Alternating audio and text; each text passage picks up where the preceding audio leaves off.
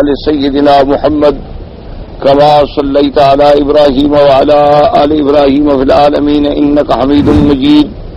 قال الله تبارك وتعالى في كلامه المجيد: أعوذ بالله من الشيطان الرجيم. بسم الله الرحمن الرحيم.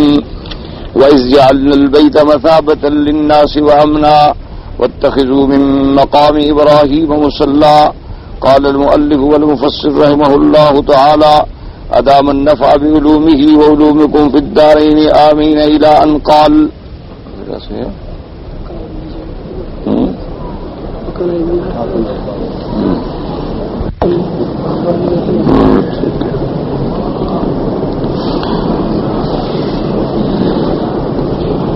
بسم الله الرحمن الرحيم.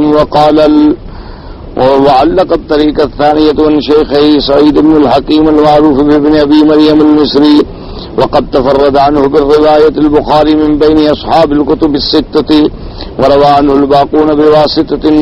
وغرضه من تعليق هذا الطريق ليبين فيه اتصال إسناد الحديث، وإنما لم يسند لأن يحيى بن أبي أيوب الغافقي فيه شيء، كما قال الإمام أحمد رحمه الله تعالى فيه وسيء الحفظ.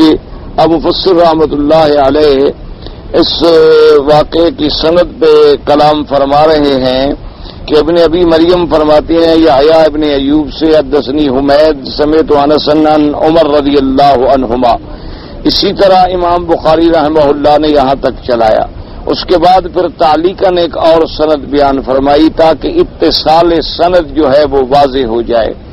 اور باقی جو ہیں انہوں نے یحییٰ ابن ایوب الغافقی سے، حالانکہ یحییٰ ابن ایوب الغافقی جو ہیں اس پر کلام ہے محدثین کو، جیسے کہ امام احمد رحمۃ اللہ علیہ نے بھی اس کے بارے میں فرمایا ہے کہ سیء الحفظ، کہ اس کا حافظہ جو تھا وہ خراب ہو گیا تھا.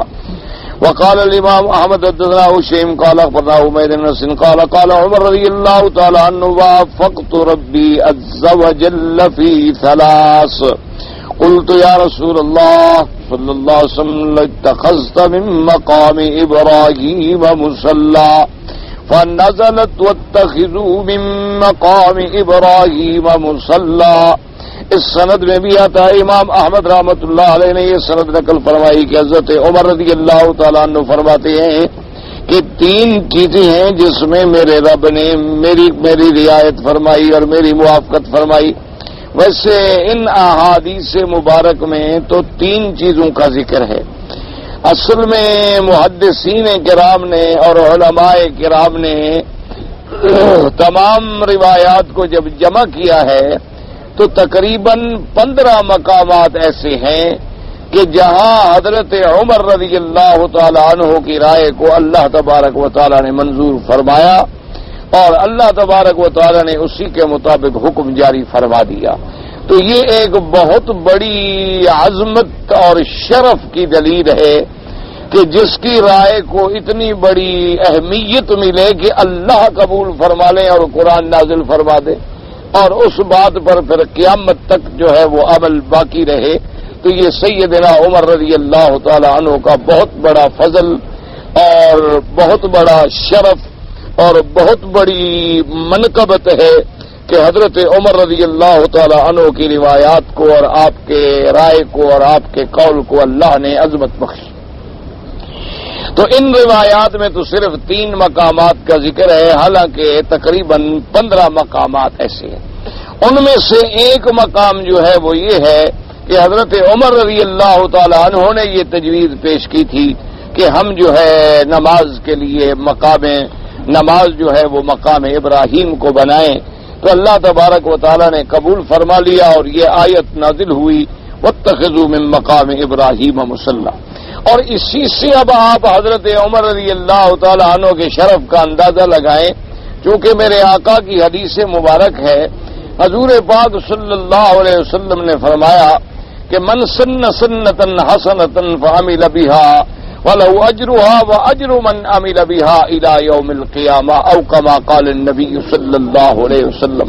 حضور پاک نے فرمایا کہ اگر دنیا میں مثلاً کسی آدمی نے کسی اچھے کام کی ابتدا کی، ایک اچھے کام کی بنیاد رکھی، اچھا اس اچھے کام کو اللہ نے منظور فرما لیا، تو تو قیامت تک جو وہ کام ہوتا رہے گا اس بنیاد رکھنے والے کو ثواب ملتا رہے.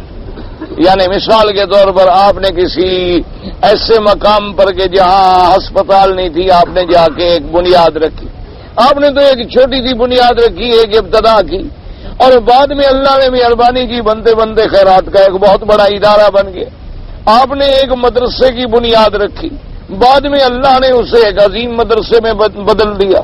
آپ نے ایک دینی جماعت کی بنیاد رکھی، 2 آدمی 4 آدمی چند آدمی ملے اور ایک دین کا کام شروع کیا. اللہ نے قبول فرما کے اسے اتنا بڑھا دیا کہ وہ پوری دنیا میں پھیل گئی. تو جس آدمی نے اصل کام کی ابتدا کی ہے، قیامت تک جتنے لوگ عمل کریں گے اس کا ثواب اس کو ملے گا.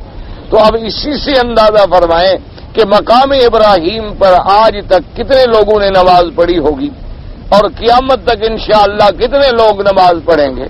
تو اس سب میں جو اجر ہے وہ حضرت سیدنا عمر رضی اللہ تعالیٰ عنہ کو بھی ملے گا.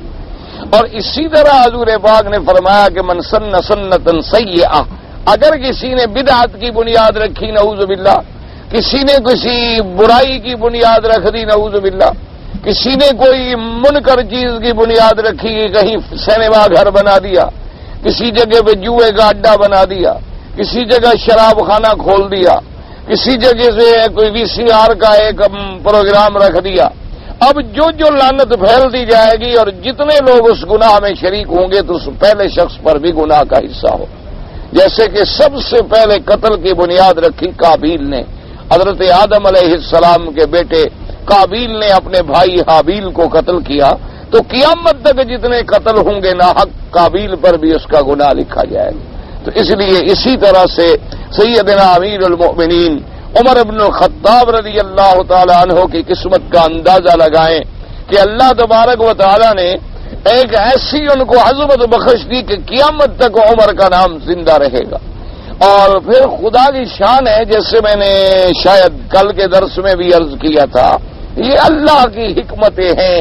یعنی انسان کی عقل وہاں نہیں رسائی کر سکتی کہ سیدنا ابراہیم الخلیل نے مندر میں بتوں کو توڑا تو اللہ نے اپنے کعبے کا بانی بنا دیا. کہ بھی اتنی بڑی توحید کا جہاد کیا ابراہیم الخلیل علیہ السلام نے، تو جب انہوں نے بت خانے کو برباد کیا تو اللہ نے اپنے عبادت خانے کا بانی بنا دیا کہ قیامت تک جو بھی آئے گا کعبے کا طواف کرے گا، حج کرے گا، ابراہیم الخلیل علیہ السلام کی یادگار کو زندہ رکھے.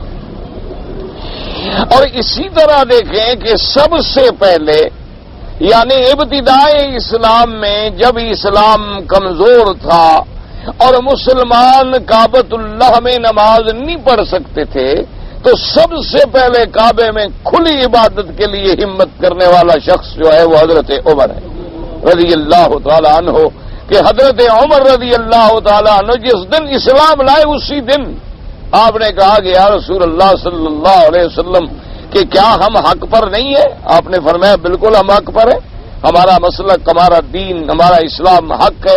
میں کہا حضور پھر میرا ضمیر یہ برداشت نہیں کرتا کہ کفر اور شرک اور بتوں کے پجاری کعبے میں جا کے عبادت کریں اور ہم سچے خدا کو ماننے والے چپ کر کے بیٹھے میں چلے اب آ جائے اللہ کے کعبے میں کھلی عبادت کریں، جو ہوگا پھر دیکھا جائے. تو اللہ نے اس کا صلہ دیا حضرت عمر کو کہ مقام ابراہیم پر ان کی رائے منظور فرما لی تاکہ قیامت تک اس کعبے کے اندر حضرت عمر کا ثواب بھی شامل رہے. اللہ تبارک و تعالیٰ کی حکمتیں ہیں. اللہ تبارک و تعالیٰ اپنے بندوں کو جب وہ کوئی عمل صالح کرتے ہیں اس کا بدلہ دنیا میں بھی عطا فرماتے ہیں اور آخرت میں بھی عطا فرماتے ہیں. اسی لیے یہ صحیح حدیث مبارک ہے، حضور پاک نے فرمایا کہ قیامت کے دن جب سارے لوگ قبروں سے اٹھیں گے تو سب سے پہلے جنت کی پوشاک اور جوڑا جو ہے وہ میرے ابا ابراہیم علیہ السلام کو پہنایا جائے گا. تو صحابہ نے پوچھا یا رسول اللہ آپ سے بھی پہلے؟ حالانکہ آپ کا شان تو ان سے زیادہ بلند ہے، لیکن آپ سے پہلے ان کو لباس ملے گا جنت کا. آپ نے فرمایا ہاں مجھ سے بھی پہلے ملے گا کہ اللہ کے راستے میں ان کا لباس اتارا گیا تھا دنیا میں. چونکہ جب ان کو آگ میں ڈالا گیا تھا تو اللہ کی توحید کے لیے ان کے کپڑے اتارے گئے تھے. اللہ اس کا بدلہ دیں گے کہ آج سارے میدان حشر میں تمام انبیاء بھی کھڑے رہے اور پہلے ابراہیم علیہ السلام کو لباس پہنا. تو اللہ تبارک و تعالی اپنے عمل کرنے والوں کو دنیا میں بھی صلہ دیتی ہے اور آخرت میں بھی صلہ دیتی ہے، ان کے عمل کو برائے گاہ نہیں جانے دیتے۔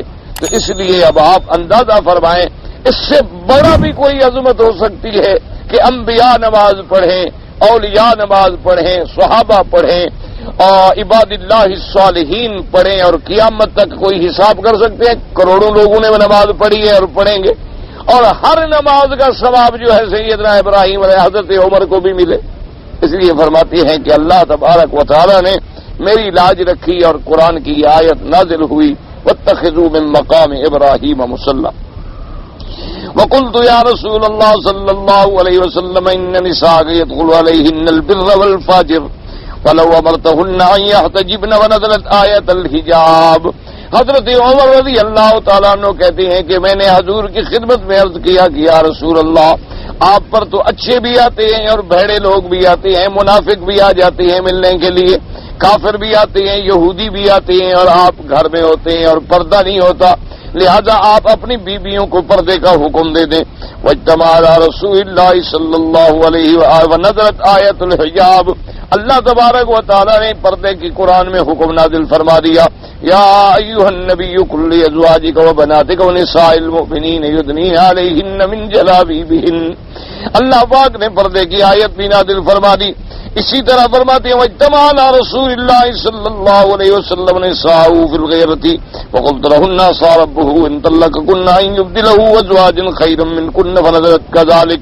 حضرت عمر رضی اللہ تعالیٰ عنہ فرماتے ہیں کہ بیویوں کے جھگڑے کی بنا پہ، غیرت کی بنا پہ حضور جب ناراض ہوئے تو میں نے حضور کی بیویوں کو جا کے کہا کہ تم اللہ کے پاک پیغمبر کی فرما برداری کیا کرو، کوئی بات ایسی نہ کرو جو حضور کے شان کے خلاف ہو، کہیں ایسا نہ ہو عسى ربه ان طلقكن ان يبدله ازواجا خيرا منكن، کہیں ایسا نہ ہو کہ پروردگار عالم آپ کو حکم فرما دیں اور اللہ کے نبی تم کو طلاق دے دیں اور اللہ تمہاری بجائے اور بیویاں بدل ڈالیں۔ تو اللہ پاک نے اسی طرح قرآن پاک نازل فرما دیا، اور اللہ تبارک و تعالی نے حضرت عمر رضی اللہ تعالی عنہ کی اس رائے کو بھی منظور فرمایا۔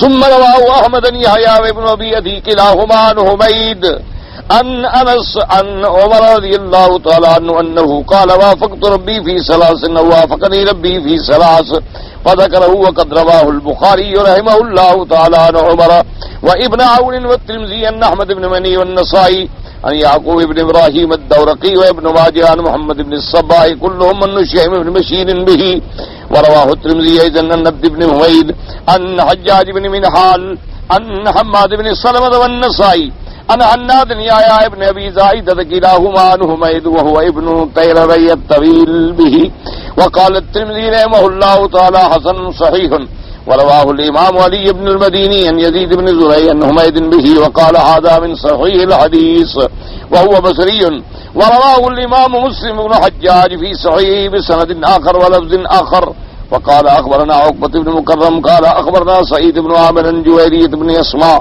عن نافع عن ابن عمر عن عمر رضي الله تعالى عنهما قال وافقت ربي في ثلاث في الحجاب وفي اسارى بدر وفی مقام ابراہیم۔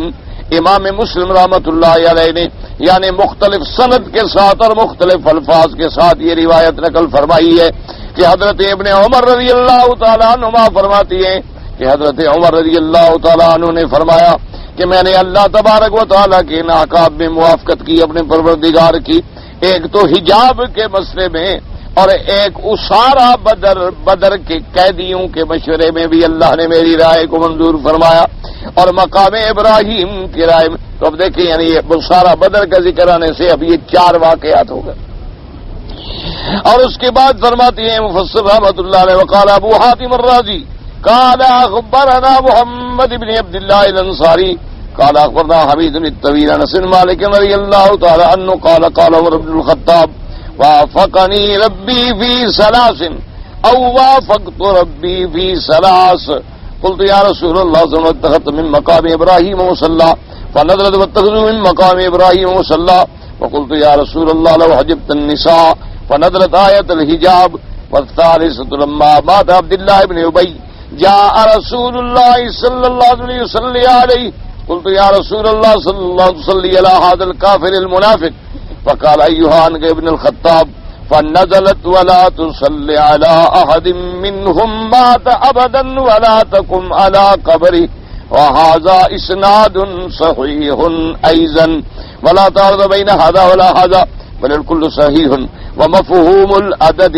اذا عارضه منطوق قدم عليه والله اعلم. اب مفسر رحمۃ اللہ علیہ فرماتے ہیں کہ حدیث مبارک میں اس سند کے ساتھ یہ آیا کہ میں نے حضور کی خدمت میں عرض کیا کہ یا رسول اللہ مقام ابراہیم کو مصلی بنائے تو اللہ نے قرآن نازل فرما دیا، اور میں نے عرض کیا کہ اپنی بیویوں کو پردے کا حکم دے تو اللہ نے قرآن نازل فرما دیا. اور جب عبداللہ ابن ابی رئیس المنافقین مر گیا، حضور صلی اللہ علیہ وسلم نے اس کے جنازے پڑھانے کا ارادہ کیا تو حضرت عمر رضی اللہ تعالیٰ عنہ فرماتی ہیں کہ میں نے عرض کیا کہ یا رسول اللہ تصلی علی هذا الکافر المنافق، میں نے کہا یا رسول اللہ آپ اس کافر کا جنازہ پڑھ رہے ہیں، اس منافق کا جنازہ پڑھ رہے ہیں جس نے ساری زندگی اسلام کو نقصان پہنچایا، یہ تو دشمن اسلام ہے، آپ اس کا جنازہ نہ پڑھیں. حضور نے میری بات نہ مانی اور جنازہ پڑھ دیا، لیکن اللہ تبارک و تعالی نے قرآن نازل کیا ولا تصلی علی احد منهم مات ابدا ولا تقم علی قبره. میرے نبی صلی اللہ علیہ وسلم ان منافقین کی کبھی آپ جنازہ نہ پڑھیں اگر ان میں سے کوئی مر جائے، اور نہ ہی آپ ان کی قبر پہ کھڑے ہوں، یہ آپ کے جنازہ پڑھنے کے مستحق نہیں. تو اس میں بھی اللہ نے میری رائے کو منظور فرما لیا. تو اب دیکھیں اگر اس میں شمار کریں گے تو اس سارا بدر کا قصہ بھی آ گیا اور عبداللہ ابن ابی والے تو 5 ہو گئے. تو اس لیے مفسرین نے فرمایا کہ دراصل یہ عدد کی بات نہیں ہے، اسی لیے مفسر فرماتے ہیں کہ یہ ساری روایات ٹھیک ہیں، اس میں کوئی تعارض نہیں ہے. کسی جگہ 2 واقعوں کا ذکر ہے، کسی جگہ 3 واقعات کا ذکر ہے، کسی جگہ 3 واقعات میں ایک واقعے کے بجائے دوسرے واقعے کو ذکر کیا گیا ہے. تو یہ تعارض نہیں ہوتا، یہ قاعدہ ہے. بہرحال تمام طرق جو ہیں وہ صحیح ہیں اور تمام واقعات جو ہیں وہ صحیح ہیں. اللہ تبارک و تعالی نے حضرت عمر رضی اللہ تعالیٰ عنہ کو ان واقعات میں شرف بخشا اور قرآن پاک میں آیات نازل فرما دیں کہ جو قیامت تک منبر و محراب پہ پڑھی جائیں. وقال ابن جریج قال اخبرني جعفر بن محمد النبي عن جابر رضی اللہ تعالیٰ عنہ ان رسول اللہ صلی اللہ علیہ وسلم رمل 3 اشواط ومشى 4 حتى اذا فرغ عمد الى مقام ابراہیم وصلى خلفه ركعتين ثم قرأ واتخذوا من مقام ابراہیم مصلى. اب مفسر رحمۃ اللہ علیہ فرماتے ہیں کہ بعض سند میں یوں بھی آتا ہے کہ حضور پاک صلی اللہ علیہ وسلم جب تشریف لے آئے اور آپ نے آ کے جب طواف فرمایا، عمرے کا پہلا طواف تھا، رمل 3 اشواط، پہلے 3 چکروں میں حضور نے رمل فرمایا. رمل کا معنی ہوتا ہے جیسے پہلوان اپنی قوت کا اکھاڑے میں مظاہرہ کرتے ہیں نا تو اکڑ کے چلتے ہیں، تو اس طرح یہ نہیں ہوتا کہ آدمی دوڑ لگائے، مانا ہوتا ہے کہ آرام سے اپنی قوت اور جلدت کا اظہار کرے. اور 4 چکروں میں حضور صلی اللہ علیہ وسلم نے چل کے چکر مکمل فرمائے، اور جب آپ نے 7 چکر پورے فرما دیے تو آپ مقام ابراہیم کی طرف تشریف لائے اور آپ نے وہاں 2 رکعت نماز ادا کی اور آپ نے یہ آیت مبارک بھی پڑھی واتخذوا من مقام ابراہیم مصلی. وقال ابن جریر حدثنا یوسف بن سلمان قال اخبرنا حاتم بن اسماعیل قال اخبرنا جعفر بن محمد النبی عن جابر رضی اللہ تعالی عنہ قال استلم رسول اللہ صلی اللہ علیہ وسلم الرکن فرمل 3 ومشى 4 ثم نفذ الى مقام ابراہیم فقرأ واتخذوا من مقام ابراہیم مصلی فجعل المقام بينه وبين البيت وصلى 2 ركعتين وهذا قطعة من الحديث الطويل الذي رواه مسلم في صحيحه من حديث حاتم بن اسماعیل. اب مفسر رحمۃ اللہ علیہ فرماتے ہیں حضرت جابر رضی اللہ تعالیٰ عنہ فرماتے ہیں کہ آقا نامدار صلی اللہ علیہ وسلم تشریف لے آئے اور آپ نے حجر اسود کو استلام فرمایا اور اس کے بعد آپ نے 3 چکروں میں رمل فرمایا اور 4 چکر جو ہیں حضور پاک نے چل کے پورے فرمائے. اس کے بعد آپ مقام ابراہیم کی طرف تشریف لے گئے اور اس پر آپ نے جا کے 2 رکعتیں پڑھی اور فرمایا یہ آیت بھی پڑھی واتخذوا من مقام ابراہیم مصلی واتخذوا من مقام ابراہیم مصلی وجعل المقام بینہ وبین البیت. اور حضور پاک نے نماز اس طرح پڑھی کہ مقام ابراہیم آپ کے اور کعبے کے درمیان تھا، یعنی کعبہ ادھر، مقام ابراہیم ادھر، اور حضور پاک صلی اللہ علیہ وسلم ادھر کھڑے ہو گئے۔ اور یہ حدیث طویل میں سے ایک حصہ ہے جس کو امام مسلم رحمۃ اللہ علیہ نے بھی نقل فرمایا۔ والبخاری بسندی ان عمرو بن دینار قال سمعت ابن عمر يقول قدم رسول الله صلى الله عليه وسلم فطاف بالبيت سبعا وصلى خلف المقام ركعتين۔ اور امام بخاری رحمۃ اللہ علیہ نے اس سند میں یہ بھی ذکر فرمایا کہ حضرت ابن عمر فرماتے ہیں کہ حضور تشریف لے آئے اور آنے کے بعد آپ نے طواف فرمایا، 7 چکر پورے فرمائے، اور 4 چکر پورے فرمانے کے بعد آپ نے مقام ابراہیم کے پیچھے آگے 2 رکعتیں نماز پڑھی۔ وَهَذَا كُلُّهُ مَّا يَدُلُّ عَلَىٰ أَنَّ الْمُرَادَ بِالْمَقَامِ إِنَّمَا هُوَ الْحَجْرُ الَّذِي كَانَ إِبْرَاهِيمُ عَلَيْهِ السَّلَامُ يَقُومُ عَلَيْهِ لِبِنَاءِ الْكَعْبَةِ۔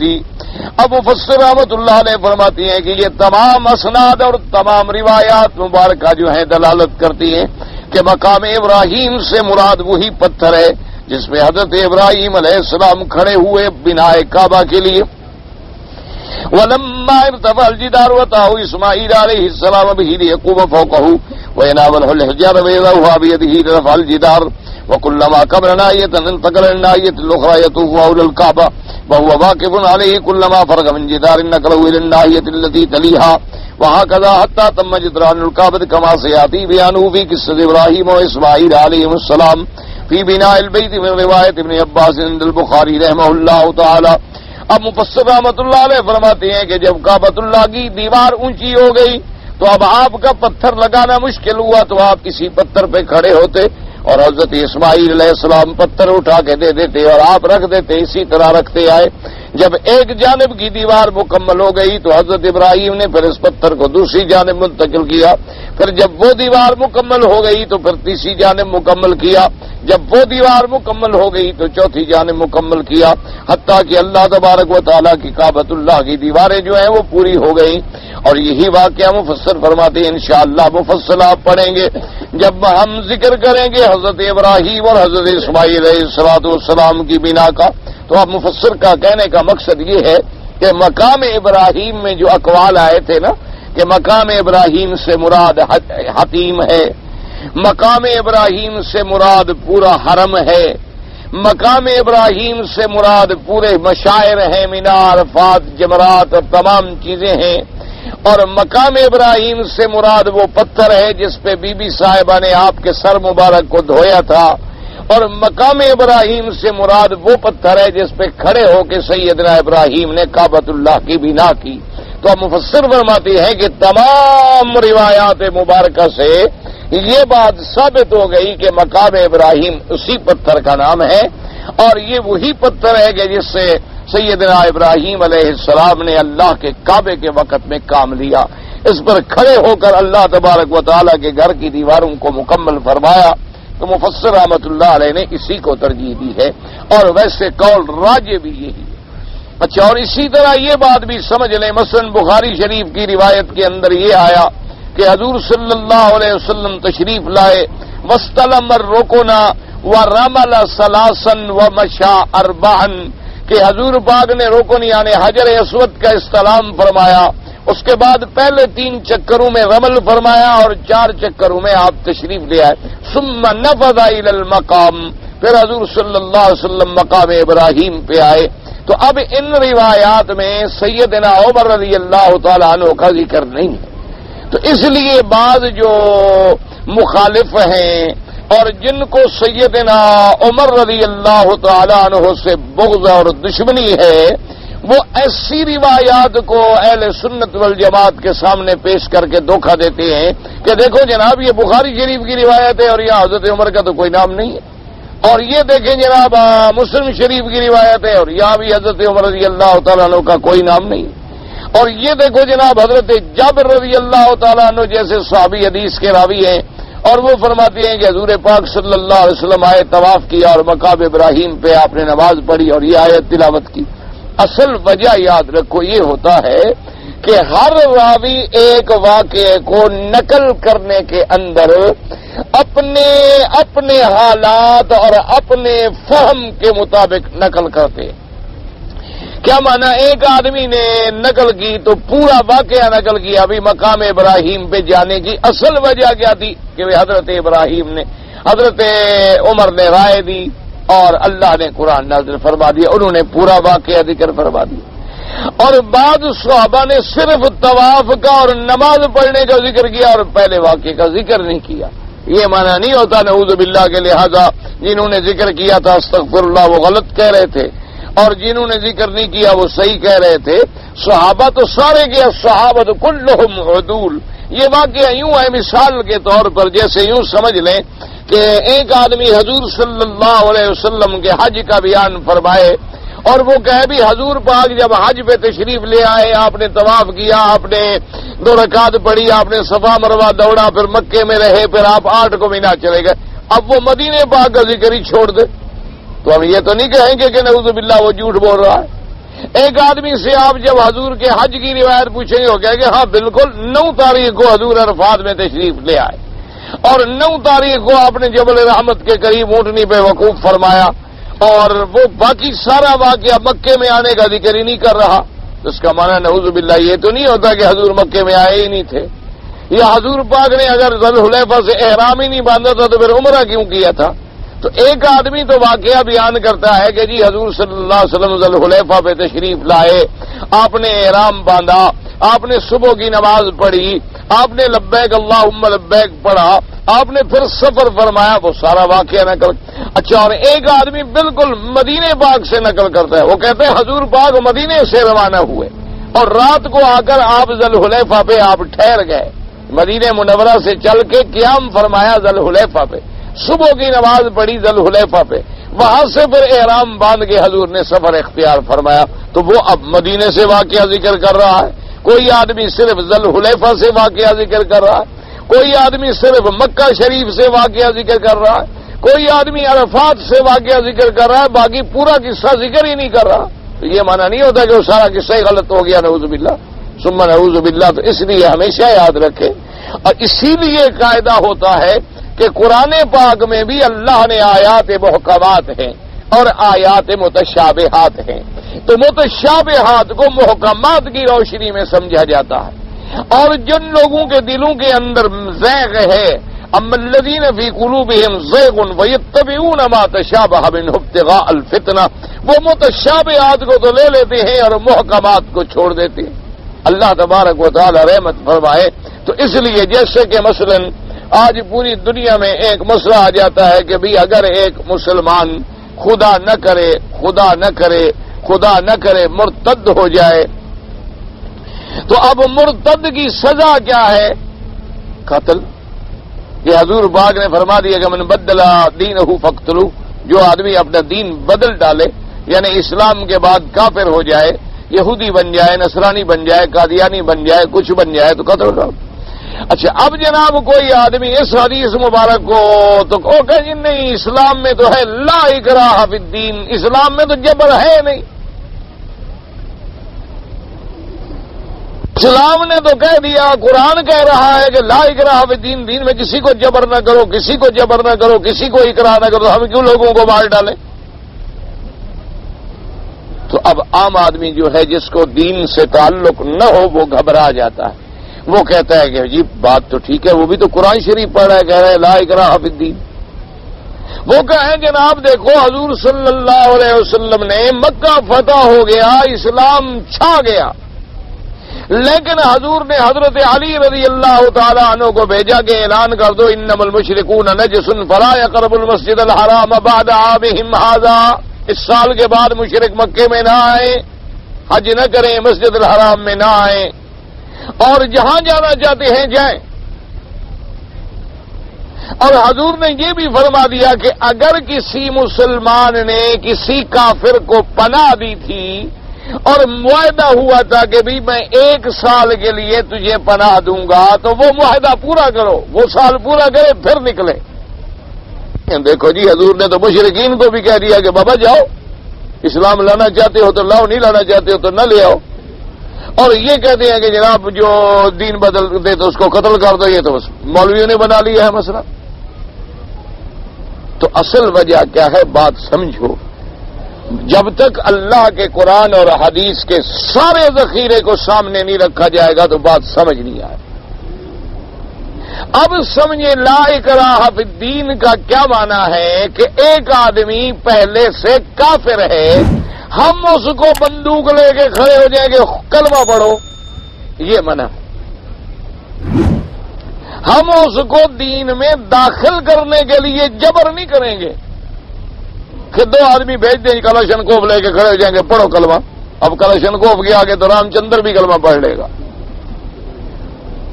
اس کے آگے تو تم کسی ارجن سنگھ کو بھی کہو تو وہ کلمہ پڑھ لے گا. گولی تو بلا ہوتی ہے نا، کون نہ پڑھے کلمہ. تو یہ منع ہے اسلام میں کہ نہ، اسلام کے دلائل پیش کرو، اللہ کے قرآن، آیات، بینات، دلائل، اسلام کی حقانیت، اسلام کی اچھائیاں، پھر اس کے دل میں اسلام داخل ہو اور وہ اپنی رضا رغبت سے اسلام میں آئے، جبر سے نہ. کیوں؟ اگر اللہ تبارک و تعالی جبر سے مسلمان کرنا چاہے تو ایک کافر بھی نہ ہوتا. اللہ تبارک و تعالی اگر چاہتے تو شیطان کو پیدا ہی نہ کرتے. اللہ تبارک و تعالی اگر چاہتے تو سب کو حکم دیتے کرو پڑھو، سب پڑھتے. کسی کی جرت ہے کہ خدا کے حکم کو نہ مانے؟ اللہ نے ایک نظام بنا دیا، دنیا بسا دی، آدم کو بھیج دیا، دنیا آباد ہو گئی اور اس میں اچھائیاں لیے کسی کو جبر نہیں کریں گے، سمجھو. لیکن جو دین میں آ گیا، کلمہ پڑھ لیا، شہادتین کا اقرار کر لیا، نمازیں شروع کر دی، قرآن شروع کر دیا، اب کچھ دنوں کے بعد وہ کافر بن جائے تو اب دین کو اس نے چھوڑا ہے اور باقی کی سزا تو ہر قانون میں موت ہے، پھر اسلام پہ اعتراض کرنے کا کیا حق ہے؟ ایک آدمی اگر تمہارے ملک میں آتا ہی نہیں، تمہارے ملک کے شہری حقوق اس نے قبول ہی نہیں کیے تو تم اس پر کیا پابندی لگا سکتے ہو؟ اگر تمہارے ملک میں آنے کے بعد، تمہارا رعایا بننے کے بعد، تمہارے شہری حقوق کے حلف اٹھانے کے بعد اب اگر وہ ملک کا غدار ہے یا اپنی حکومت کا غدار ہے تو سزا کیا ہے؟ موت. تو اب اسلام نے حکم دیا کہ جو اسلام لانے کے بعد مرتد ہو جائے تو مرتد ہونا علیحدہ مسئلہ ہے، اسلام میں داخل کرنا علیحدہ مسئلہ ہے. آیت پڑھ رہے ہیں اسلام میں داخل کرنے کی اور مقابلہ کر رہے ہیں ارتداد پر حدیث رسول پاک صلی اللہ علیہ وسلم کو. ان دونوں میں تو زمین و آسمان کا فرق ہے. ایک آدمی ہندو ہے، ایک آدمی قادیانی ہے، ایک آدمی یہودی ہے، وہ مسلمان ہوا ہی نہیں. اس کو ہم جبرن اسلام میں لے آئے نا، اس کو ہم دلائل دیں، اس کو ہم اسلام کا قائل کریں.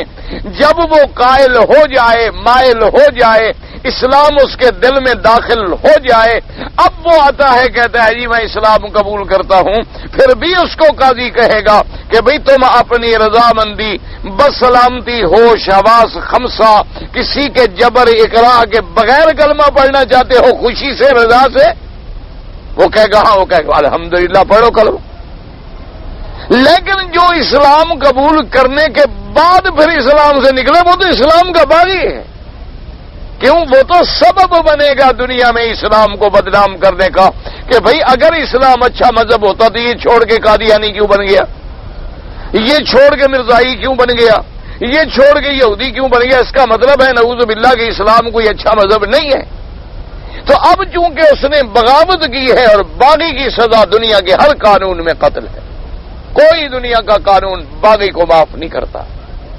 تو اسلام نے اگر مرتد کی سزا قتل رکھی ہے تو کوئی نئی بات نہیں. اچھا، اور اللہ تبارک و تعالیٰ کی رحمت یہ ہے کہ اگر اسلام نے پھر بھی رعایت دی کہ چلو ایک مرتد ہو گیا لیکن پھر وہ اسلام لے آیا، مرتد ہو گیا، اسلام سے نکل گیا، لیکن پھر اللہ نے اس کو توفیق دے دی کہ اس نے توبہ کر لی، پھر ایمان لے آیا، تو اسلام کا حکم ہے کہ اس کو دیکھو، اس کو کچھ عرصے تک کے لیے دیکھو، جانچو، پرکھو کہ کیا وہ صحیح معنی میں واپس اسلام میں آ گیا ہے تو پھر اس کی توبہ قبول کرو. اور اگر پھر وہ مسلمانوں کو دھوکہ دینے کے لیے آیا ہے تو پھر ایسے آدمی کی سزا وہی ہے، قتل ہے. تو اس لیے ہمیشہ یاد رکھیں کہ بعض لوگ جو ہوتے ہیں نا اعداء اسلام، وہ مسلمانوں کو دھوکہ دیتے ہیں کہ دیکھو جی بخاری شریف اہل سنت والجماعت کی سب سے حدیث میں اعلیٰ درجے کی کتاب ہے، اس کی حدیث میں تو حضرت عمر کا ذکر ہی نہیں ہے، یہ حضرت عمر کا قصہ تو مولویوں نے بنایا ہے، تو لہذا یہ بات غلط ہے، کیونکہ امام بخاری رحمت اللہ علیہ نے بھی خود حضرت عمر کا واقعہ ذکر کیا ہے۔ اب یہ ضروری تو نہیں ہوتا کہ محدثین تمام واقعات کو ایک باب میں ذکر کریں، بعض محدثین نے واتخذوا من مقام ابراہیم مصلی کے ضمن میں ذکر کیا، بعض محدثین نے اسلام عمر کے موقع پہ ذکر کیا، بعض محدثین نے منافق کے جنازے کے موقع پہ ذکر کیا، بعض محدثین نے اسارہ بدر کے موقع پہ ذکر کیا، بعض محدثین نے آیت حجاب کے موقع پہ ذکر کیا، اور بعض محدثین نے حجۃ الوداع کے موقع پہ ذکر کیا۔ ہر محدث کا ایک انداز ہے، ہر راوی کا ایک انداز ہے۔ جیسے آپ حج پڑھ کے جاتے ہیں، آپ کو 10 آدمی ملیں گے کہ جناب آپ حج پہ گئے تھے، ماشاءاللہ کوئی قصہ کوئی حال احوال خیر کا سنائیں۔ اب ضروری تو نہیں 10 آدمی کو آپ بالکل ایک ٹیپ کر لیں گے کہ ایک بٹن دبائیں گے وہاں سے چلے گا اور وہیں رکے گا۔ آپ کے دماغ میں اور زبان میں کوئی کمپیوٹر کے ساتھ آپ نے فیڈ کیا ہوا ہے۔ ایک آدمی آپ کہے جی الحمدللہ ہم گئے، ماشاءاللہ اللہ کی بڑی مہربانی، اللہ نے جمعہ کے دن کا حج نصیب فرما دیا، ماشاءاللہ جی اس دفعہ تو حرم شریف میں بڑا ہی لطف آیا، ماشاءاللہ مدینہ شریف کا حرم دیکھ کے تو جناب دل ٹھنڈا ہو گیا۔ اور بعض کو آپ کہیں گے جناب جب ہم آپ سے روانہ ہوئے بحری جہاز میں چڑھے، آگے طوفان آ گیا، وہ بڑے چکر آئے، بڑے جناب پریشان ہوئے، جدے میں اترے تو پورا شہر گھوم رہا تھا، دماغ خراب ہو گیا ہمارا، اگلے آدمی زبان نہیں سمجھتے تھے ہماری، پھر جگہ نہیں ملتی تھی، پھر میرا سامان گم ہو گیا۔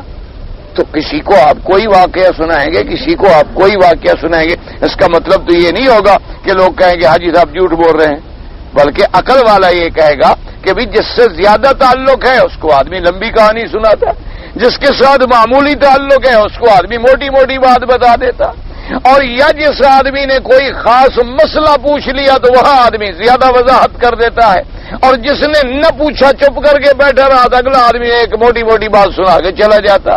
اس لیے ہمیشہ یاد رکھا کریں کہ جب بھی کوئی موقع ہو، اسی لیے یاد رکھیں نا جی کہ بڑے بڑے علماء اور بڑے بڑے فحول العلم یعنی علم کے پہاڑ، اتنے بڑے لوگ بھی مسائل میں ائمہ اربع کی بات کو لے لیتے ہیں اور اپنی طرف سے مسئلہ بیان نہیں کرتے، حالانکہ وہ خود چھوٹے عالم ہیں۔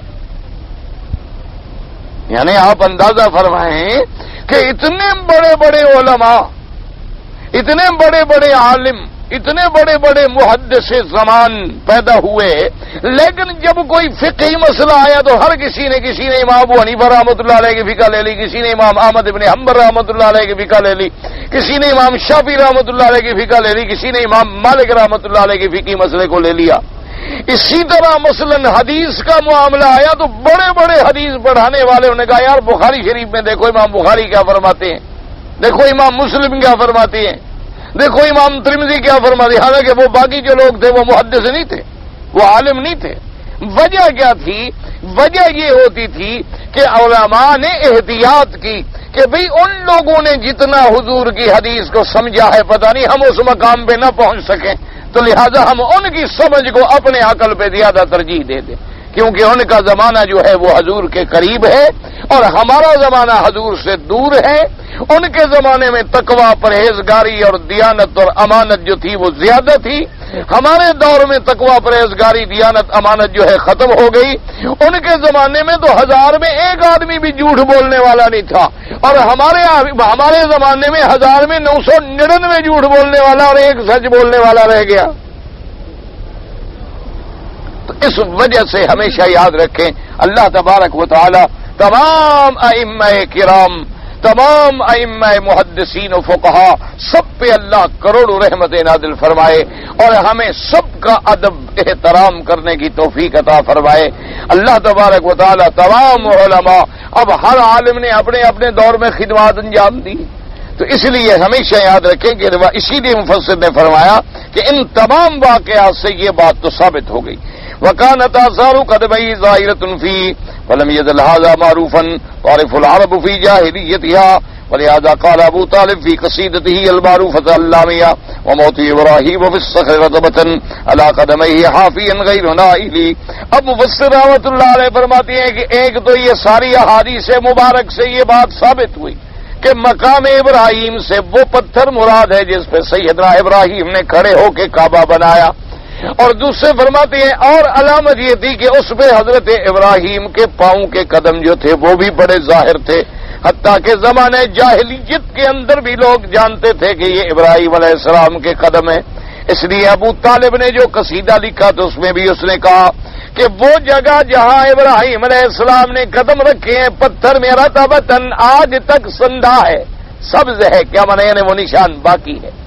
اور فرمایا علی قدمہ حافی غیر نائلی، اور ابراہیم علیہ السلام نے اس پتھر پہ جو قدم رکھے ہیں تو بغیر جوتے پہنے ہوئے یعنی ننگے پاؤں تھے، اس لیے وہ نشان جو ہے وہ بھی ننگے پاؤں کا وہاں آیا، تو یہ بھی دلیل ہے کہ وہ پتھر یہ تھا۔ وقد ادرک المسلمون ذلك فی ایضا، اور زمانہ جاہلیت کے بعد مسلمانوں نے بھی اپنی آنکھوں سے دیکھا ان نشانات کو، کما قال عبداللہ ابن وہب قال اخبرني يونس بن يزيد عن ابن شهاب ان انس بن مالك حدثهم قال رايت المقام في اصحابه عليه السلام اخمص قدميه۔ اب جناب فرماتے ہیں انس بن مالک کہ میں نے مقام ابراہیم کو دیکھا، وہاں حضرت ابراہیم علیہ السلام کے انگلیوں کے آثار بھی تھے، اور آپ کے پاؤں کے نیچے یہ جو درمیانی جگہ ہے اس کا نشان بھی موجود تھا، غیر انہ اذهبه مس الناس بأيديهم، اور فرماتی ہیں لیکن وہ سارے انگلیوں کے نشان بھی اور وہ جو زیادہ واضح نشان تھے لوگوں کے ہاتھ لگانے سے اور چومنے سے اور چاٹنے سے ختم ہو گئے۔ وقال یعنی بہت تھوڑا باقی رہ گیا۔ وقال ابن جریر اخبرنا بشر بن معاذ قال اخبرنا یزید بن زرعی قال اخبرنا سعید قتادہ واتخذوا من مقام ابراہیم مصلی انما امروا ان يصلوا عنده ولم يؤمروا بمسحه۔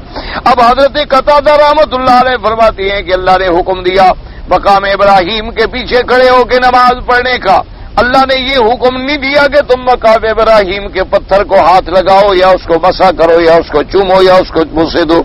وقد تکلفت هذه الامه شيئا ما تکلفت الامم قبلها ولقد ذكرنا من راى اثر قبيه وصابه فيه وما زالت هذه الامه يمسحونه حتى يخلوا لقوا مها۔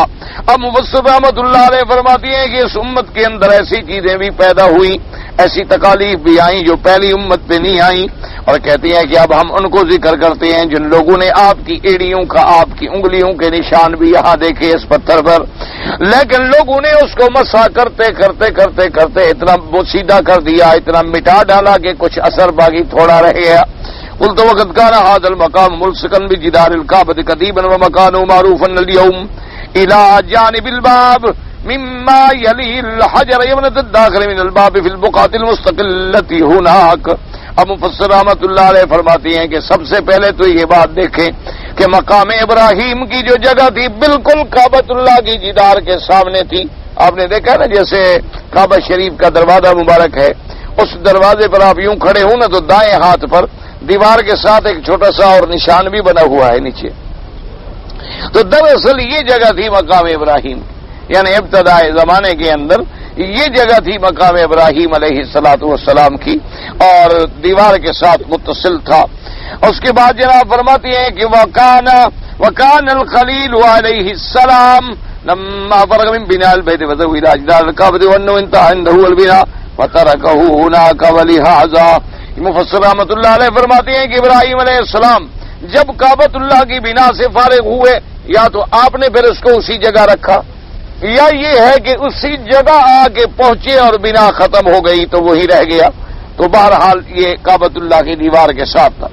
وانما اخره عن جدار واللہ عالم امر بالصلاة هناك عند الفراغ من الطواف وناسب ان يكون عند مقام ابراہیم حيث انتهى بناء الكعبة فيه، وانما اخروا عن جدار الكعبة امير المؤمنين عمر بن الخطاب رضي الله تعالى عنه احد الائمة المهديين والخلفاء الراشدين الذين امرنا باتباعهم، وهو احد الرجلين اللذين قال فيهما رسول الله صلی اللہ علیہ وسلم اقتدوا بالذین من بعد ابی بکر وعمر رضی اللہ عنہما وهو الذي نزل القرآن بوفاقه في الصلاة عنده ولهذا لم ينكر ذلك احد من الصحابة رضی اللہ تعالی عنہم اجمعین۔ اب مفسر رحمۃ اللہ علیہ فرماتے ہیں کہ یہ بھی روایات میں ہے کہ کعبۃ اللہ کی دیوار کے ساتھ تھا، پھر حضرت عمر رضی اللہ تعالی عنہ نے اس کو کعبے کی دیوار سے ہٹا کے دور کیا، اور حضرت عمر رضی اللہ تعالیٰ عنہ کون لوگ ہیں؟ کہتے ہیں وہ ان لوگوں میں ہیں جو مہدیین ہیں، وہ ان لوگوں میں ہیں جو خلفائے راشدین ہیں، وہ ان لوگوں میں ہیں جن کے بارے میں حضور نے ہمیں حکم دیا کہ ان کی اتباع کرو، علیکم سنتی و سنت الخلفاء الراشدین المہدیین تمسکوا علیہا وعضوا علیہا بالنواجذ او کما قال۔ اور فرماتی ہے کہ حضرت عمر ان لوگوں میں ہیں جن کے بارے میں حضور پاک نے حکم دیا کہ اقتدوا بالذین من بعد ابی بکر و عمر رضی اللہ تعالی عنہما۔ حضور نے فرمایا کہ اے میری امت، میرے بعد ابی بکر و عمر کی پیروی کرنا، ان کے نقش قدم پہ چلنا۔ اور پھر عمر رضی اللہ تعالیٰ عنہ ان لوگوں میں ہے جن کے کہنے پہ اللہ نے آیت قرآن نازل کی واتخذوا من مقام ابراہیم مصلی، تو اس لیے کسی نے پھر حضرت عمر کے اس ہٹانے پہ انکار نہ کیا، یعنی کسی صحابی نے کہا کہ بھی کیوں ہٹایا، ادھر آپ نے دور کیوں کر دیا۔ اصل میں بہرحال ایک روایت مبارک تو یہی ہے کہ حضرت عمر کے زمانے میں چونکہ اب لوگ بڑھ گئے تھے تو مقام ابراہیم کی وجہ سے طواف والوں کو تکلیف ہوتی تھی، تو حضرت عمر رضی اللہ تعالیٰ عنہ نے اس جگہ سے اس کو جہاں اب ہے اس جگہ پہ رکھ دیا۔ اور دوسری روایت وہ ہے جو آپ پہلے بھی پڑھ چکے ہیں کہ پہلے زمانے میں ایک سیل آئی، برسات آئی، اس کی وجہ سے پتھر جو ہے اپنی جگہ سے وہاں چلا گیا، تو حضرت عمر رضی اللہ تعالیٰ عنہ نے اس کو وہاں رکھا۔ لیکن بہرحال یہ بات یاد رکھیں، اگر سیل کی وجہ سے وہاں گیا اور حضرت عمر نے کہا کہ یہاں رہنے دو، یا حضرت عمر نے اگر وہاں رکھ دیا، تو کسی مسلمان کو اعتراض کا حق نہیں ہے، کیونکہ حضرت عمر جو کام کریں وہ بھی خلیفہ راشد ہیں، ان کی اتباع جو ہے اس پر بھی ہم مسلمانوں پہ لازم ہے۔ اور اب تو بڑا دکھ یہ ہوتا ہے، یعنی ایک تو روافض ہیں، شیعہ ہیں، وہ تو بھائی صحابہ کے دشمن ہیں ہی ہیں، کھلی بات ہے، ان کی دشمنی تو کوئی چھپی ہوئی ہے نہیں۔ وہ تو نعوذ باللہ حضرت عمر اور حضرت ابو بکر کو مسلمان ماننے کے لیے بھی تیار نہیں، نعوذ باللہ ثم نعوذ باللہ ثم نعوذ باللہ، اللہ پناہ دے، اللہ پاک معاف فرمائے۔ یعنی ان کے بغض کا تو یہ عالم ہے کہ وہ تو کہتے ہیں نعوذ باللہ، اپنے کتابوں میں لکھا ہے بدبختوں نے کہ قرآن پاک میں جہاں جہاں طاغوت کا لفظ ہے یعنی شیطان کا لفظ ہے لکھا، اس سے مراد ابو بکر و عمر ہے۔ ان کے عقیدے میں تو یہ ہے کہ ہر نماز کے بعد صحابہ پہ 70 دفعہ لعنت بھیجی جائے۔ ان بدبختوں کو تو چھوڑو، اللہ نے ان کے تو دلوں پہ مورے لگا دی، ختم اللہ علی قلوبہم وعلی سمعہم وعلی ابصارہم غشاوۃ، ان کے دلوں پہ بھی مورے لگ گئیں، آنکھوں پہ بھی پردے پڑ گئے، کانوں میں بھی پردے پڑ گئے کہ وہ حق بات سننے اور سمجھنے کے لیے بھی تیار نہیں۔ لیکن دکھ ان لوگوں کا ہوتا ہے کہ جو اپنے آپ کو اہل سنت والجماعت بھی کہیں اور بعد میں اگر کوئی آدمی حضرت عمر کی بات پیش کرے گا، چھوڑو یار حضرت عمر کا ہی قول ہے نا، یار کیا ہے حضرت عمر کی بات ہے نا، کوئی نبی کا فرمان ہے، یعنی نعوذ باللہ عمر کا فرمان نبی کے فرمان کے خلاف ہو سکتا ہے؟ ایک آدمی اگر حضرت ابو بکر رضی اللہ تعالیٰ عنہ کا قول پیش کرتا ہے حضرت عمر کا، تو مانا یہ ہے، تسلی ہوتی ہے کہ یہ دونوں کبھی حضور کے خلاف تو فیصلہ دے ہی نہیں سکتے۔ اور پھر اندازہ کریں کہ حضرت عمر رضی اللہ تعالیٰ عنہ جیسے دبدبے اور ہیبت اور جلال والا آدمی عین اپنی خلافت کے زمانے میں لوگوں سے پوچھے کہ لوگوں کیا بات ہے، تم کب تک میری اتباع کرو گے؟ تو صحابہ نے کہا جب تک تم قرآن و سنت پہ چلو گے، اگر تم نے قرآن و سنت سے ادھر ادھر قدم رکھا تو ہم تیری تلوار سے سیدھا کر دیں۔ یعنی وہ صحابہ کا دور، اور حضرت عمر ایک کام کریں اور صحابہ اس میں اعتراض نہ کریں، اور آج 1400 سال کے بعد ہم اپنے آپ کو سنی بھی کہلائیں اور پھر لوگوں کو یہ تاثر بھی دیں، چلو جی یہ بات تو حضرت عمر نے کی نا، وہی حضرت عمر کا ہی قول ہے نا جی، کوئی نبی کی حدیث تو نہیں ہے۔ یہ تاثر دینا جو ہے یہ آپ خود اندازہ کریں، دل میں انصاف کریں کہ کیا حضرت عمر سے ہم لوگوں کو بدظنی پیدا کر رہے ہیں یا عقیدت پیدا کر رہے ہیں؟ اور جب ہم یہ کہتے ہیں تو یہ حدیث کہاں جائے گی کہ اقتدوا بالذین من بعد ابی بکر و عمر علیکم سنتی و سنت الخلفاء الراشدین المہدیین، اور پھر اجماع صحابہ کہ ولم ينکر احد من اصحاب رسول اللہ، ایک صحابی نے بھی حضرت عمر کے فیصلے پہ اعتراض نہ کیا۔ تو یہ تمام چیزیں جو ہیں، لہذا اہل سنت والجماعت کو ہمیشہ یاد رکھیں کہ جہاں کسی صحابی کا قول آ جائے اگر اس بات پہ وہ عمل نہیں بھی کر رہا لیکن زبان سے ایسا لفظ نہ کہے جو دشمن کو فائدہ پہنچائے. یعنی اگر مثلا 2 صحابہ کے قول ہے، اس نے ایک صحابی کے قول کو لیا ہے اور ایک پر عمل نہیں کر رہا، لیکن یہ نہ کہے کہ چھوڑو یار کیا ہے کہ صحابی کی ہی بات ہے نا، اس سے تو پھر صحابہ کا وزن ہی ختم ہو گیا، اس سے تو پھر خلفائے راشدین کا عظمت اور مقام بھی ختم ہو گیا، اور لوگوں کے دل میں آ گیا جب سنی کہتے ہیں چھوڑو یار کیا ہے، ایک آدمی کی بات ہے نا، تو پھر دشمن بھی کہے گا ٹھیک ہے ان کے نزدیک بھی تو چھوڑو یار، تو ہم بھی کہتے ہیں چھوڑو یار ہم ان کو نہیں مانتے.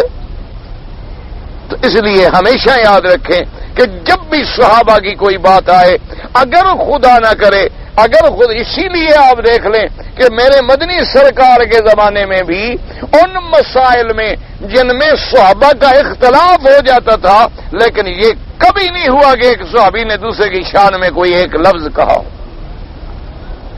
یعنی اتنا بڑا احترام ہوتا تھا، اتنا بڑا احترام ہوتا تھا. اللہ تبارک و تعالی رحمت فرمائے. یعنی حضرت عبداللہ بن مسعود رضی اللہ تعالیٰ عنہ کا ایک مسئلے پہ فتویٰ تھا، حضرت زید کا ایک فتویٰ تھا، آپس میں دونوں فتاوا متعارض تھے، اور کسی نے جا کے حضرت زید سے کہا تو وہ ناراض ہو گئے. لیکن ایک دن جناب کیا دیکھا کہ حضرت عبداللہ ابن مسعود رضی اللہ تعالی، حضرت ابن عباس اور حضرت زید، ایک دن انہوں نے کیا دیکھا کہ حضرت زید جو ہیں سوار ہو رہے ہیں تو حضرت ابن عباس نے آگے باقاعدہ رکاب پکڑ لی، سواری کی رکاب پکڑ کے سوار کرایا. حضرت نے کہا کیا کر رہے ہو؟ اس نے کہا ہمیں یہی حکم دیا گیا ہے کہ اپنے علماء کی عزت کرو، علماء کا احترام کرو، تم صحابہ میں عالم ہو، میں تمہارا کیسے احترام نہ کروں. اور اسی طرح کتابوں میں موجود ہے کہ حضرت ابن عباس رضی اللہ تعالی نے جب رکاب پکڑا اور احترام کیا تو حضرت زید نے کہا کہ اچھا ابن عباس اپنا ہاتھ تو مجھے دکھاؤ. تو حضرت ابن عباس نے ہاتھ دکھایا تو فوراً بوسہ دیا حضرت زید نے ابن عباس کے ہاتھ. انہوں نے کہا یہ کیا کر رہے ہو؟ اس نے کہا ہمیں بھی یہی حکم ہے کہ حضور کے ساتھ جو نسبت رکھیں ان کا ادب کرو، ہمیں بھی یہی حکم ملا. اب مسئلے میں دونوں ایک دوسرے کے خلاف کھڑے ہیں لیکن وہ رکاب پکڑ لے اور وہ ہاتھ کو بوسہ دے، یہ مقام. یعنی حضرت طلحہ رضی اللہ تعالیٰ عنہ کا دیکھ لیں، اسی طرح عبداللہ ابن زبیر رضی اللہ تعالیٰ عنہ کا دیکھ لیں، بی بی عائشہ رضی اللہ تعالیٰ عنہ کا دیکھ لیں، حضرت معاویہ رضی اللہ تعالیٰ عنہ کو دیکھ لیں. حضرت علی سے کتنے جھگڑے ہیں، کتنے اختلافات ہیں، لیکن حضرت معاویہ رضی اللہ تعالیٰ عنہ جب اپنی مجلس میں ہوتے اور کوئی صحابی آتے تو کہتے بھائی کو حضرت علی کی بات سناؤ، حضرت علی کی بات سناؤ، کوئی حضرت علی کا خطبہ سناؤ، کوئی حضرت علی رضی اللہ تعالیٰ عنہ کے واقعات سناؤ. اور جب صحابہ سنانے شروع کرتے تو حضرت عمر رونا شروع کر. یعنی ہزار اختلافات کے باوجود احترام کا یہ عالم.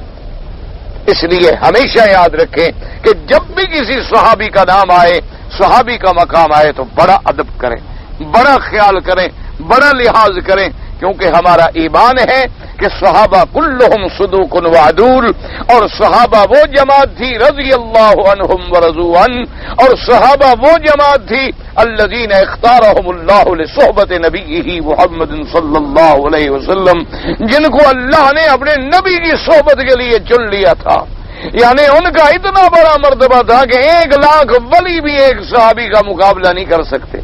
اسی طرح یاد رکھو مثلا بعض علماء کا آپس میں مسئلے میں اختلاف ہوتا ہے تو کسی کی شان میں کمی نہ کریں بلکہ کہیں رحمت اللہ علیہ، اللہ رحمت فرمائے. اللہ تبارک و تعالیٰ بھئی اس نے تو سمجھنے کی کوشش کی ہے لیکن اگر غلطی ہو گئی اللہ تبارک و تعالیٰ ان پہ رحم فرما دے، اللہ تبارک و تعالیٰ ان کے زلات کو معاف فرمائیں، اللہ تبارک و تعالیٰ انہوں نے جو ساری خدمات فرمائی ہیں ان کو قبول فرما لے. اللہ پاک آپ کو اور ہمیں صحابہ رضوان اللہ علیہم اجمعین اور ائمہ دین کے ادب کی توفیق عطا فرمائے. کہتے ہیں جی میں نے 10 تاریخ کو جب مکے میں ہم آئے طواف کرنے کے لیے طواف زیارت، تو 10 تاریخ کو میں نے طواف زیارت کر دیا اور طواف زیارت کرنے کے بعد میں صفا مروہ نہیں دوڑا، میں پھر واپس مینا چلا گیا. پھر ہم آ گئے مکے میں تو بعد میں جب الوداع کا وقت آیا تو پھر ہم نے صفا مروہ دوڑی ہے، کوئی بات نہیں، کوئی حرج نہیں، کوئی جرمانہ نہیں. صفا مروہ اگر مؤخر ہو جائے تو کوئی اس کا وقت نہیں ہے، کوئی پابندی نہیں ہے.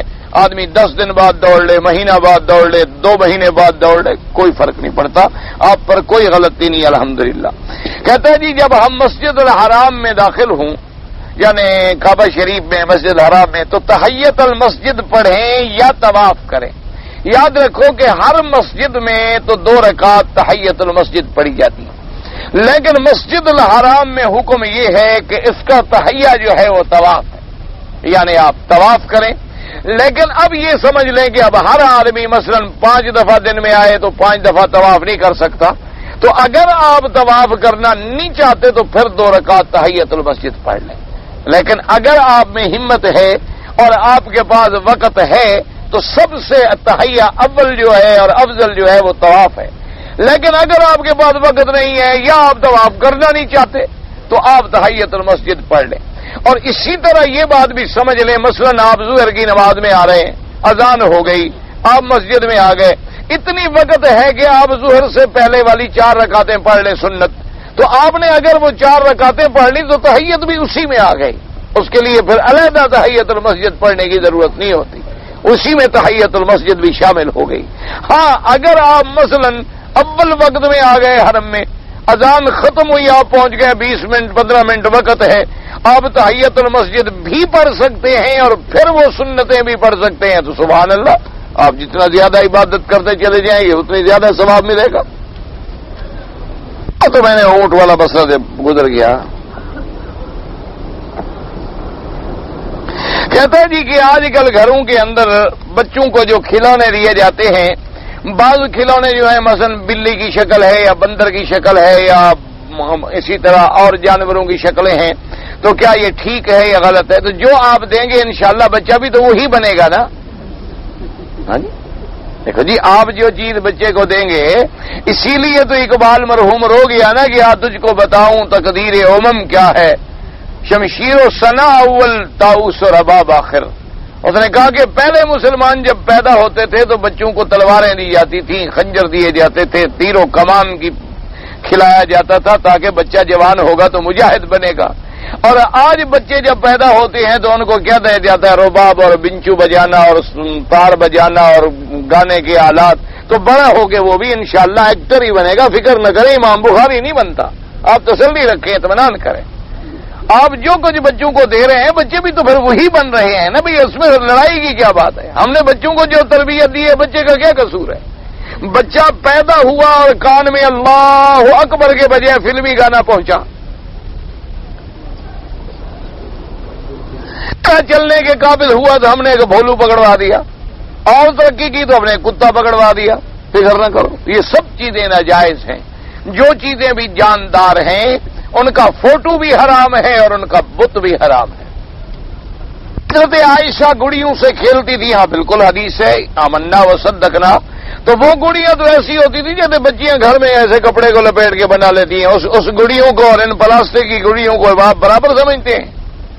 کوئی بھی عقل والا آدمی سمجھ سکتا ہے؟ بھئی آپ کے جیسے دیہات میں اب بھی بچیاں جو ہیں وہ کپڑے لپیٹ کے اس کا ناک بنا دیں گی, کہیں آنکھ بنا دے گی, ایسی سوئی سے دھاگا لگا دیا, یہ آنکھ بن گئی, یہ ناک بن گیا, یہ کان بن گئے. تو وہ تو اس بات کی بات ہے کھیلنے کی.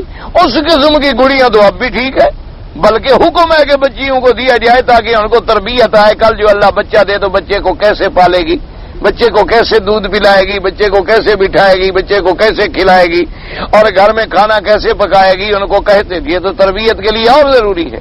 وہ باتیں الگ ہیں, اور یہ تمہارے کتے پہلوان جو گھر میں پالے ہوئے ہیں یہ تو الگ ہیں. یہ تو باقاعدہ رکھا ہوا ہو تو معلوم ہوتا ہے حقیقی کتا بیٹھا ہوا ہے گھر میں.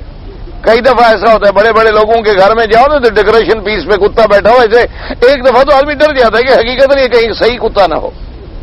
کئی دفعہ ایسا ہو بھائی, ایسا ہوتا ہے, پتہ نہیں آپ نے نہ دیکھا ہو. یعنی آج کل تو ایسی شکلیں ہیں نا جی, شیر بنا ہوا ہے. اچھا بعض ایسے بڑے بڑے لوگ جو ہے نا جی, ان کے جو پلنگ ہیں نا, ان کے پلنگوں کے ساتھ وہ لکڑی کا ایسے شیر. اب کمرے میں قدم رکھو تو پہلے تو دیکھ کے آدمی کو ایک دفعہ دھچکا لگتا ہے, یہ کیا بلا ہے, کیا ہے, تاکہ یہ تصور ہو کہ ہمارا سردار شیر کے اوپر سوتا ہے, چاہے دن میں بلی سے بھی ڈرتا ہو. اس کو تو پتہ ہے نا لکڑی کا ہے شیر. حقیقی شیر کے ساتھ لے جاؤ جنگل میں, دیکھ لو سردار کی حالت. ہاں تجربہ کر لو, کبھی نہ مانے تو. یہ سب چیزیں حرام, جو حرام ہے وہ حرام ہے. ہم نے اگر قرآن پڑھا اور دعا کی کہ اللہ اس کا ثواب فلاں کو عطا فرمائے، انشاءاللہ ثواب اللہ عطا فرمائیں گے. اور جو وسیلے سے ثواب کا کوئی تعلق نہیں. آپ جو پڑھیں یا اللہ اس کا ثواب فلاں کو عطا فرما، فلاں کے وسیلے سے فلاں کو، اور فلاں کے وسیلے سے فلاں کو، اور فلاں کے وسیلے سے فلاں کو، اور فلاں کے، یہ جو درمیان میں رہ جائے گا انشاءاللہ آگے نہیں پہنچے گا. اچھی چیز اگر آپ مجھے بھیج دیں میں ان کو کیوں دے دوں؟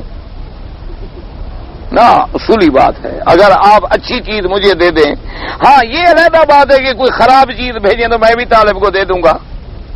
مولوی پھر سخاوت کرتا ہے. مقصد ہے کہ باہر سے کھانا آئے نا جی، اگر دال ہو، ساگ ہو، دیکھا کہ بھی ذرا ٹھیک نہیں، گھی شی کم ہے، اور بھائی لے جاؤ لے جاؤ لے جاؤ. اگر حلوہ ہو ادھر رکھو ادھر رکھو.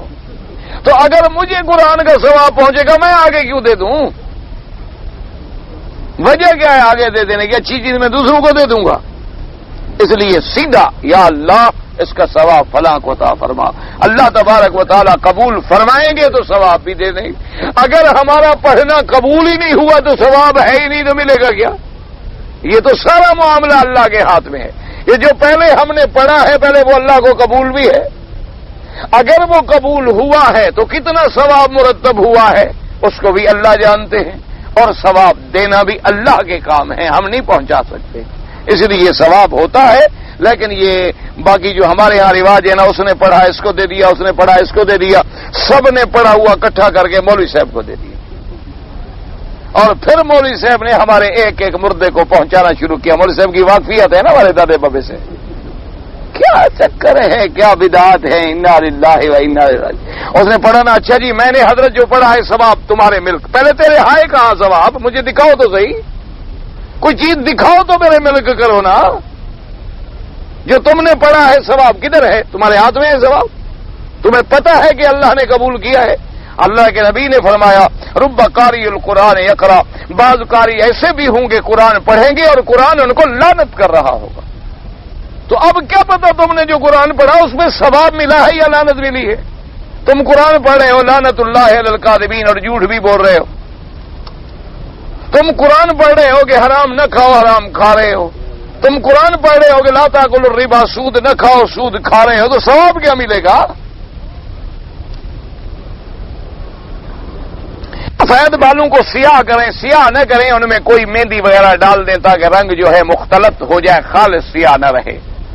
ٹیلی ویژن دیکھنا جائز ہے کہ نہیں ہے؟ بھائی میں تو اس کے حق میں نہیں ہوں، لیکن اگر کوئی قرآن ہے، دین کی بات ہے، کوئی اچھی بات ہے تو دیکھ لیں. نماز کے وقت بیت اللہ شریف طواف دکھا تو بیت اللہ کیوں نہ دکھایا جائے؟ بیت اللہ تو دکھانا چاہیے تاکہ لوگ